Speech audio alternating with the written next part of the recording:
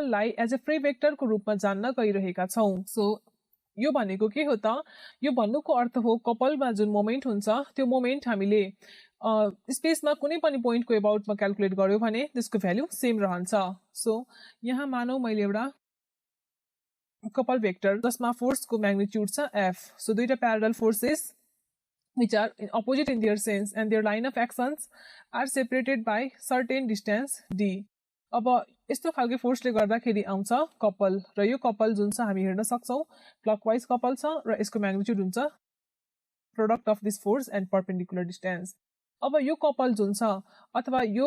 कपलले गर्दाखेरि जुन यो मोमेन्ट छ यो मोमेन्ट हामीले स्पेसमा कुनै पनि पोइन्टको एबाउटमा लियौं भने यसको भ्यालु सेम रहन्छ यो ओरिजिनको एबाउटमा लियौं भने पनि यसको भ्यालु f * d नै हुन्छ डाइरेक्सन यसको क्लकवाइज नै हुन्छ यहाँ एक्स जेड प्लेनमा एउटा पोइन्ट a लिए यो a को एबाउटमा मैले यसले गर्दाखेरि आउने मोमेन्ट क्याल्कुलेट गरे भने फेरि यसको म्याग्निट्युड भनेको f * d र डाइरेक्सन भनेको क्लकवाइज नै रहन्छ एक्स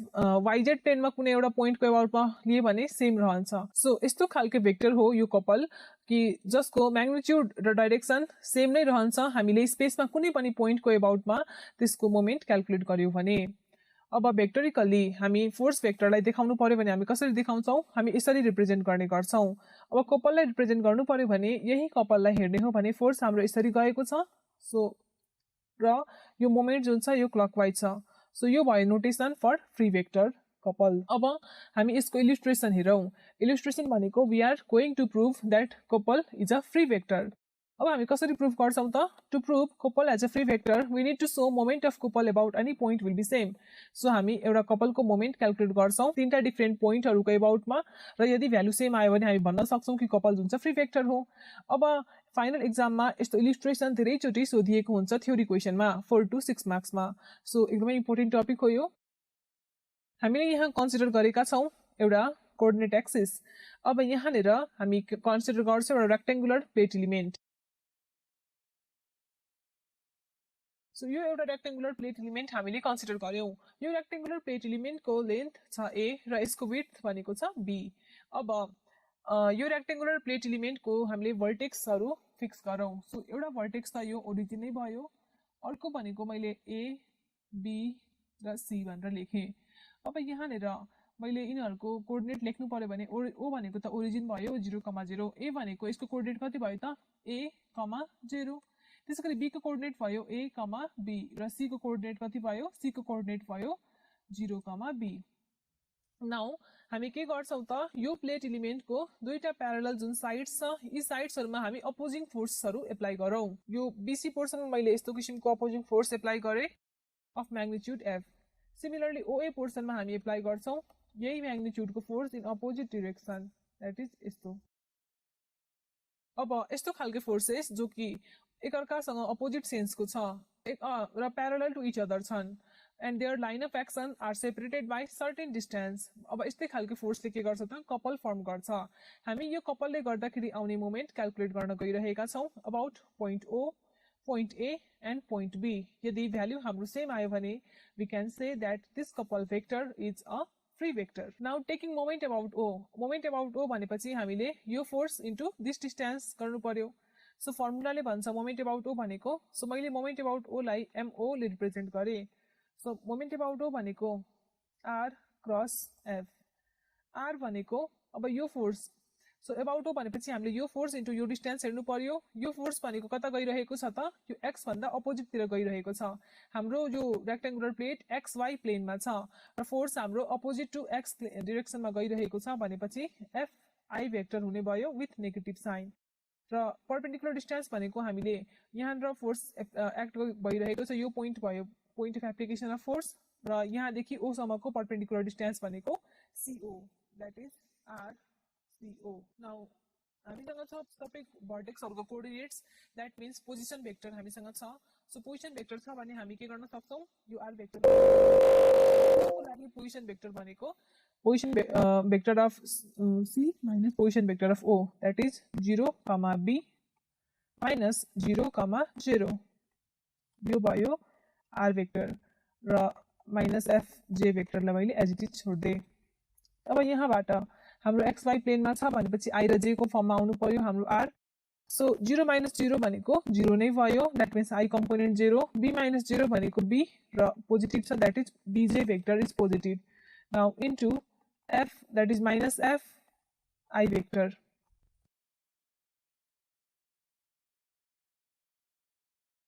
So यहाँबाट हाम्रो आयो minus BF र ब्र्याकेट मा भयो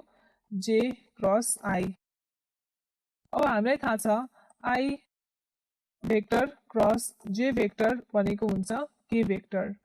र J vector cross I vector भनेको हुन्छ minus K vector. So यहाँबाट हामी यो J cross I को ठाउँमा minus K राख्न सक्छौं, that is minus BF into minus K vector which is equal to BF K vector. So यो भयो magnitude of moment due to this couple about point O र direction यसको कहाँ छ त K vector भनेपछि यो normal to xy plane हाम्रो गइरहेको छ. अब हामी क्याल्कुलेट गरौँ moment about point A due to this couple. अब point A हाम्रो यहाँ हेरेर छ, हामीले क्याल्कुलेट गर्नु पर्यो moment due to this couple vector about this point A. So फेरि अब मैले यसलाई रिप्रेजेन्ट गरे m सबस्क्रिप्ट मा A, MA ले MA is equal to फेरि पनि हाम्रो फोर्स भनेको अघि जसरी नै छ, that is minus Fi vector र अब perpendicular distance भनेको point of application of force यहाँनेर छ. सो के भयो त CA, that means RCA हुने भयो. सो यहाँनेर हाम्रो RCA into minus Fi vector हुने भयो. फेरि अब पोजिसन भेक्टर हामीसँग थाहा छ, C को पोजिसन कति छ त 0, B, that is 0, B minus A, 0. This multiplied by minus F I vector. अब यहाँ 0 minus A भनेको minus A which is I vector. Now B minus 0 भनेको B plus B J vector. यो भयो हाम्रो यो R vector components into minus F I vector. अब हामीलाई थाहा छ I cross I भनेको 0 हुन्छ. So AI vector cross minus FI vector भनेको हाम्रो कति भयो त 0 भयो र BJ vector minus FI vector भनेपछि minus BF र ब्र्याकेट भित्र भयो J cross I which is similar to here. So यहाँ हामी फेरि राख्न सक्छौं minus BF minus K vector and this gives BF K vector र भ्यालु हाम्रो सिमिलर आएको छ MO र MA को. फेरि हामी क्रस चेक गर्नको लागि अब के गर्छौं त यो कपल भेक्टरले गर्दाखेरि आउने मोमेन्ट हामी अबाउट पोइन्ट B क्याल्कुलेट गर्छौं. Now taking moment about point B. अब यो केसमा हाम्रो फोर्स हुन्छ हाम्रो पोजिटिभ x डाइरेक्सनमा गइरहेको छ this force. It's point of application is point A र परपेन्डिकुलर डिस्टेन्स भनेको दिस AB. सो यो केसमा फेरि अब मोमेन्ट अबाउट पोइन्ट B भएकोले गर्दाखेरि मैले यसलाई m सबस्क्रिप्टमा B भनेर लेखे. सो यो केसमा हाम्रो परपेन्डिकुलर डिस्टेन्स के भयो त परपेन्डिकुलर डिस्टेन्स भनेको यो AB, that means RAB vector cross force vector भनेको अब के हुने भयो त पोजिटिभ एक्स तिर गइरहेको छ. सो अब हाम्रो FI भेक्टर मात्रै हुने भयो. Now we don't need this bracket. अब हामी कोअर्डिनेट्सहरु राखौं. RAB भनेको position vector of A minus position vector of B. A को पोजिसन भेक्टर भनेको A0, B को A, B, that means A, 0 minus A, B into FI vector. र यहाँबाट A minus A भनेको 0 भयो. सो 0 I vector र 0 minus B भनेको minus B J vector into FI vector which is equal to minus BF J cross I and this gives BF K vector once again जस्तै कि हामीले माथिको दुईटा प्रोसेसमा गर्यौं. सो यसरी moment about point O is equal to moment about point A is equal to moment about point B. So since MO equals to MA equals to MB,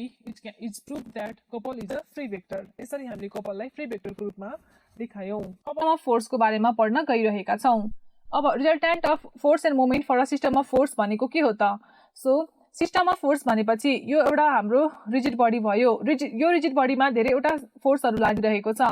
so यस्तो different फोर्सेसहरुलाई हामी system of force भनेर भन्छौं र यो forces कस्तो खालके forces हुन् त? These are non coplanar, non concurrent and non parallel forces. So यसको रिजल्टेन्ट भनेको के हुन्छ त? यसको रिजल्टेन्ट हामीले निकाल्यो भने अब यसको रिजल्टेन्टको रूपमा हामीसँग आउँछ एउटा फोर्स र एउटा आउँछ यो डिफरेन्ट लाइन अफ एक्सनमा यसरी मोमेन्ट एमओ। सो यो फोर्स र मोमेन्ट भनेको के हो त, यी सबै फोर्सेसहरुको रिजल्टेन्ट हो। अब टाइटलले भन्यो resultant of force and moment for a system of forces. So यो फोर्स र मोमेन्ट भनेको के भयो त, रिजल्टेन्ट भयो यो सिस्टम अफ फोर्सेसको लागि। अब यस्तो खालके प्रब्लममा जसमा हाम्रो रिजल्टेन्ट फोर्स र मोमेन्टको रूपमा आएको हुन्छ, यसको एनालाइसिस गर्नको लागि हामी कन्सेप्ट अफ रेन्ज युज गर्छौं। रेन्ज भनेको के हो त, रेन्ज भनेको combination of force and couple. Couple भनेको टाइप अफ मोमेन्ट नै भयो, hence wrench is combination of force and moment. कस्तो खालके फोर्स एन्ड मोमेन्ट त, यस्तो खालके force and moment who share same axis of action. अब यो जुन हाम्रो छ फोर्स र यो मोमेन्ट, यिनीहरुको एक्सिस अफ एक्सन हामी हेर्न सक्छौं डिफरेन्ट छ, तर रेन्जमा के हुन्छ त, रेन्जमा यो फोर्स भयो भने यही एक्सिसको एलङमा एउटा मोमेन्ट यसरी आएको हुन्छ र यस्तो खालके कम्बिनेसनलाई हामी भन्छौं रेन्ज। अब रेन्ज पनि हाम्रो पोजिटिभ रेन्ज र नेगेटिभ रेन्ज गरेर दुई टाइपको छ। अब यदि फोर्स हाम्रो यतातिर एक्ट भइरहेको छ र यही एक्सिस अफ एक्सन हाम्रो सेम नै छ, तर मोमेन्ट जुन छ, मोमेन्ट हाम्रो यतातिर एक्ट भइरहेको छ, सो अपोजिट नेचरको भयो भने हामी नेगेटिभ रेन्ज भन्छौं। तर मोमेन्ट हाम्रो यस्तो नभएर मोमेन्ट पनि अब फोर्सकै डिरेक्सनमा यतैतिर गइरहेको छ भने यस्तो खालको रेन्जलाई हामी पोजिटिभ रेन्ज भनेर डिफाइन गर्छौं। Sometimes the value of force and moment दुवै जिरो हुन्छ र त्यस्तो खालको कन्डिसनलाई हामी जिरो रेन्ज भनेर डिफाइन गर्छौं। अब यो रेन्जमा जुन मोमेन्ट र फोर्स आएको छ, यो दुईटाको रेशियोलाई पिच अफ द रेन्ज भनिन्छ। So pitch is the ratio of moment and force, hence pitch equals to moment divided by force. अब जब पनि हामीलाई क्वेसनमा यस्तो डिफरेन्ट फोर्सेसहरु आएको हुन्छ र यसको रिजल्टेन्ट हाम्रो यस्तो फोर्स र मोमेन्टको रूपमा आएको हुन्छ, हामीले यसलाई रेन्ज फर्मेसन गर्नुपर्ने हुन्छ। सो रेन्ज फर्मेसन गर्दाखेरि हामी के गर्छौं त, यसको लागि सर्टेन प्रोसिड्युर छ, अब त्यसको बारेमा जानौं। So formation of a range. So basically हामीसँग सल्युसनको रूपमा आएको हुन्छ यस्तो किसिमको एउटा फोर्स एफ र एउटा डिफरेन्ट एक्सिस अफ एक्सन भएको यस्तो किसिमको एउटा मोमेन्ट ओ। अब यो फोर्स र यो मोमेन्टलाई हामीले रेन्जको रूपमा फर्मेसन गर्नुपर्ने हुन्छ। दैट इज हामी के गर्छौं त, हामी यो मोमेन्टलाई रिजल्भ गर्छौं, यो मोमेन्टलाई हामी रिजल्भ गर्छौं र रिजल्भ मोमेन्ट्सहरु m1 र m2 भयो सपोज। सो यो एक्सिसको एलङमा मानौ एउटा मोमेन्टको कम्पोनेन्ट छ m1 र अर्को कम्पोनेन्ट भनेको योसँग परपेन्डिकुलर भएको एउटा एक्सिस हुन्छ र यो एक्सिसको एलङमा एउटा अर्को कम्पोनेन्ट हुन्छ यो मोमेन्टको, जसलाई m2 भनिन्छ। सो यो जुन हाम्रो फोर्स सिस्टम थियो, resultant of force and moment, यसलाई अब हामीले यसरी लेख्न सक्छौं। सो यो डिरेक्सनमा हामीसँग अलरेडी फोर्स एफ एक्ट भइरहेको थियो र यतापट्टि आयो हाम्रो मोमेन्ट m1 र योसँग परपेन्डिकुलरली एउटा अर्को मोमेन्ट आएको छ m2। नाउ से यो ओ भनेको हाम्रो यो पोइन्ट अफ एप्लिकेसन थियो। सो पोइन्ट ओ यहाँनिर छ। अब हामीसँग अहिले पनि कम्प्लिटली रेन्ज फर्मेसन भएको छैन, अहिले पनि हामीसँग m1 मोमेन्ट र फोर्स जुन छ यसको एक्सिस अफ एक्सन सेम छ, तर यहाँ एउटा अर्को मोमेन्ट पनि छ जसले गर्दाखेरि यो कम्प्लिटली रेन्ज फर्मेसन भएको छैन। सो यो m2 लाई एलिमिनेट गर्नको लागि अब हामीले के गर्नु पर्यो त, यो पोइन्ट ओ लाई शिफ्ट गर्नु पर्यो। सो मानौ पोइन्ट ओ हाम्रो इनिशियली यहाँनिर थियो, सो ओ पोइन्ट हाम्रो शिफ्ट भएर मानौ यतातिर आएको छ ए मा, र यो भनेको हाम्रो आर भेक्टर भयो, यो ओए भनेको आर डिस्टेन्स भयो भने अब यतापट्टि हाम्रो के थियो त, यतापट्टि हाम्रो फोर्स एफ एक्ट गरिरहेको छ र त्यसैगरी मोमेन्ट m1 पनि। अब यति गरेपछि हाम्रो m2 एलिमिनेट भएको छ। कसरी भन्दाखेरि m2 भेक्टर भनेको हुन्छ r vector cross f vector. So यसरी हामीले m2 लाई एलिमिनेट गरेर कम्प्लिट एउटा रेन्ज फर्मेसन गरेर यस्तो खालके क्वेशनलाई सल्भ गर्ने गर्छौं। हामीले के गर्नु पर्यो त, म्याथमेटिकल सल्भ गर्दाखेरि हामीले जस्ट यो r क्याल्कुलेट गर्नु पर्यो र m1 क्याल्कुलेट गर्नु पर्यो। सो m1 हामी कसरी क्याल्कुलेट गर्छौं, m1 को लागि हामीलाई चाहिन्छ पिच। सो पिच भनेको के हुन्छ त, पिच भनेको हुन्छ m1 divided by f। So यसलाई हामी लेख्न सक्छौं f vector dot mo vector divided by f vector. So यहाँबाट हाम्रो पिच आउँछ, पिच थाहा भइसकेपछि हामी m1 क्याल्कुलेट गर्न सक्छौं र अर्को यो रह्यो r को लागि हामी के गर्छौं, अब हामीले के गर्यो त, mo लाई रिजल्भ गरेर m1 र m2 ल्याएका छौं। m2 भनेको r क्रस f छ भने हामी लेख्न सक्छौं। सो mo भेक्टर भनेको हुन्छ m1 प्लस m2। सो यहीबाट हामी यो r फाइन्ड गर्छौं। mo भनेको हाम्रो थाहा हुन्छ भ्यालु हामीलाई, m1 भनेको पनि हामीसँग नोन हुन्छ, m2 को ठाउँमा हामी r क्रस f गरेर हामी यो r क्याल्कुलेट गर्न सक्छौं। सो यसरी यो r र यतापट्टि यो m1 यो दुवै फाइन्ड गरेर हामी के गर्न सक्छौं, रेन्ज फर्मेसन गर्न सक्छौं र यस्तो खालको प्रब्लमलाई सल्भ गर्न गइरहेका छौं। सो क्वेशन छ, to compute the wrench out of a force f vector equals 5i + 7j + 18k। So f vector हामीलाई दिएको छ 5i vector plus 7j vector plus 18k vector force कहाँ एक्ट गर्दैछ त फोर्स एक्ट गरिरहेको छ 0.443 मा र कपल वेक्टर हामीलाई कपल वेक्टर को पनि भ्यालु दिएको छ 18i vector plus 7j vector plus 5k vector र हामीले फर्म गर्नु पर्नेछ रेन्ज सो रेन्ज भनेको combination of this force and a moment अथवा force and couple who share same axis of action so अब रेन्जको लागि जुन मोमेन्ट हुन्छ त्यसलाई मैले एमओ वेक्टर भनेर लेखेँ एमओ वेक्टर भनेको के हुन्छ त एमओ वेक्टर भनेको हुन्छ r cross f plus this couple c vector so r भनेको यहाँनिर के छ त हामीसँग यो पोजिसन भेक्टर छ एउटा पोइन्ट जुन पोइन्टमा फोर्स एक्ट गरिरहेको छ सो यहाँबाट हाम्रो r वेक्टर हामी लेख्न सक्छौं 4i vector plus 4j vector plus 3k vector so अब भ्यालुहरु पुट गरौँ यहाँनिर सो r को ठाउँमा हामी राख्न सक्छौं 4i vector plus 4j vector plus 3k vector multiplied by f vector that is 5i vector plus 7j vector plus 18k vector plus couple vector which is equal to 18i plus 7j plus 5k अब यो vector मल्टिप्लिकेसनलाई हामी यसरी गरौँ सजिलोको लागि so यहाँ रहेछ हाम्रो i j k सो पहिला हामीले r को कोअर्डिनेट्सहरु लेख्नु पर्यो that is 4 4 3 र f को 5 7 18 now this will be added to couple vector that is 18i plus 7j plus 5k so यहाँबाट हाम्रो 18 into 4 भनेको हुन्छ 72 minus 7 into 3 21 now this is I यसपछि अब I cross k भइरहेछ सबै नेगेटिभ भयो so 18 into 4 again 72 minus 5 into 3 15 and this is j vector now अब k को लागि 7 4 minus 20 k vector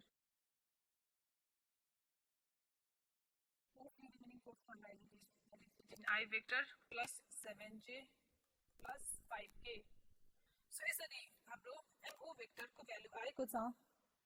69i 15j plus 13k अब हामीलाई चाहिन्छ pitch भनेको हुन्थ्यो m1 divided by r जसलाई हामीले फेरि पनि लेख्न सक्थ्यौं r plus mo vector upon r square now here r plus mo r vector भनेको हाम्रो के छ त r vector भनेको हाम्रो यो फोर्स वेक्टर सो यो भनेको छ 5i plus 7j plus 18k so यहाँ हामीले राख्नु पर्यो value 5i plus 7j plus 18k